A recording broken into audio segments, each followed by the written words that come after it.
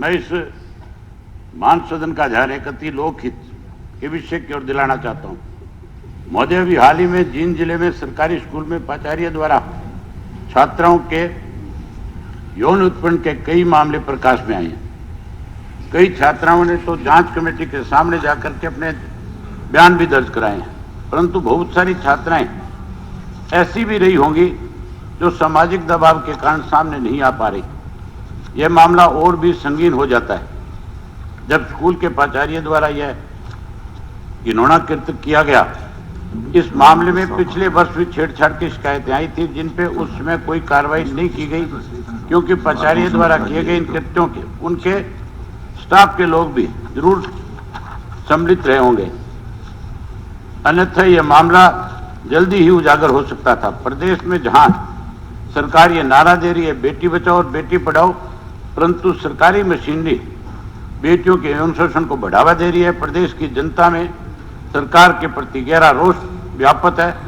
यह एक गंभीर मसला है तथा इस तरह के मामले भविष्य में न्याय इसके लिए सरकार द्वारा ये कदम उठाए गए हैं। अतः सरकार इस सदन में अपना वक्तव्य दे। धन्यवाद। श्री बलराज कुल्लू जी। धन्यवाद अध्यक्ष महोदय।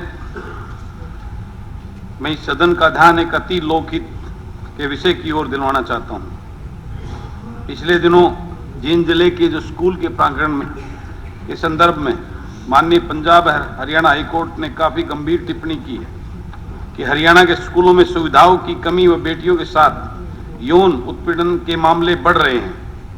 शिक्षा विभाग ने कोर्ट में शपथ पत्र देकर यह समय माना है कि हरियाणा के 131 सरकारी स्कूलों में पीने का पानी, 236 स्कूलों में बिजली कनेक्शन, 538 स्कूलों में लड़कियों के लिए शौचालय तक नहीं है।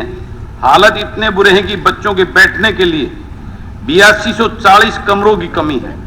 27,000 अध्यापकों के स्थायी पद खाली पड़े हैं, जबकि शिक्षा विभाग ने 10,275 करोड़ रुपए की ग्रांट बिना उपयोग किए वापस कर दी है। क्या ऐसे बेटी बचाओ बेटी पढ़ाओ का सपना पूरा होगा? अध्यक्ष महोदय, मेरा आपसे अनुरोध है इस गंभीर विषय पर सदन में विस्तार से चर्चा कराई जाए। ये बहुत ही महत्वपूर्ण विषय। भारतभूषण बत्रा जी।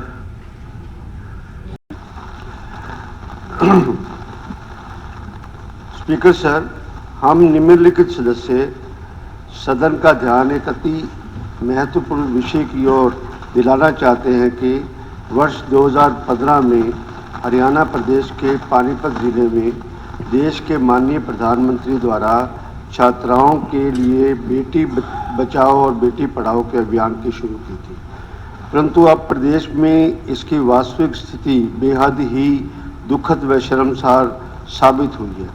पिछले 6 वर्षों में जींद जिले में 142 छात्रों के साथ हुआ यौन शोषण के मामले में हाल में उजागर हुए हैं, लेकिन सरकार ने इस संबंध में दिखावे के लिए ही कार्रवाई की है। सरकारी विद्यालयों में छात्राओं के साथ बढ़ते यौन शोषण के मामले में उनके अभिभावकों की रातों की नींद उड़ा दी है। इसके अलावा प्रदेश के विश्वविद्यालयों में छात्रों के लिए मूलभूत सुविधाएं जैसे छात्राओं के लिए अलग शौचालय की व्यवस्था, पीने का पानी, बिजली व विद्यालय परिसर सीमा में सुरक्षा इत्यादि का अभाव, सरकार इस बारे में कोई सुरक्षात्मक कदम नहीं उठा पा रही है। यह स्थिति प्रदेश के लिए बहुत चिंताजनक है। सरकार की शिक्षा नीति 2020 के तहत छात्राओं को उचित शिक्षा देने में असफल साबित हुई है। सरकार केंद्र प्रदेश के योजनाओं के तहत विद्यालयों में शिक्षा प्रदान करने की गुणवत्ता में सुधार नहीं कर पाई है और विद्यालयों के लिए आधारभूत संरचना के बजट को सही तरीके से अमल में नहीं पा रही है। अतः सरकार उपरोक्त विषय पर इस सदन में अपना वक्तव्य दे। थैंक्स। नीरज शर्मा जी।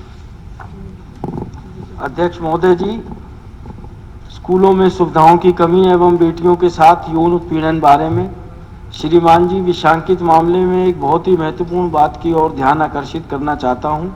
कि हरियाणा में स्कूलों में सुविधाओं की काफ़ी कमी है, जिसके कारण बच्चों को परेशानी का सामना करना पड़ता है तथा दिन प्रतिदिन स्कूलों में बेटियों के साथ यौन उत्पीड़न की शिकायतें आ रही हैं। सरकार सदन को बताए कि स्कूलों में सुविधाओं को पूर्ण करने एवं बेटियों की रक्षा के लिए क्या कदम उठा रही है। श्रीमती किरण चौधरी जी। ये पढ़ूं क्या अध्यक्ष? हाँ, पढ़ दीजिए। अगर प्रश्न पूछना है तो प्रश्न पूछिए।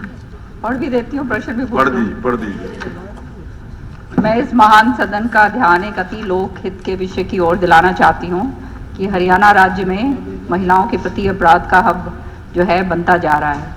भाजपा सरकार ने बेटी बचाओ बेटी पढ़ाओ का नारा दिया था, जो कि आज महिलाओं के लिए एक अभिशाप बन गया है। पिछले वर्ष की NCRB रिपोर्ट से पता चलता है कि पूरे देश में महिला अपराध 0.5% बढ़े, जबकि हरियाणा में 57% अपराध दर्ज हुए और हरियाणा देश का तीसरा सबसे ज्यादा महिला आपराधिक प्रदेश बन गया है।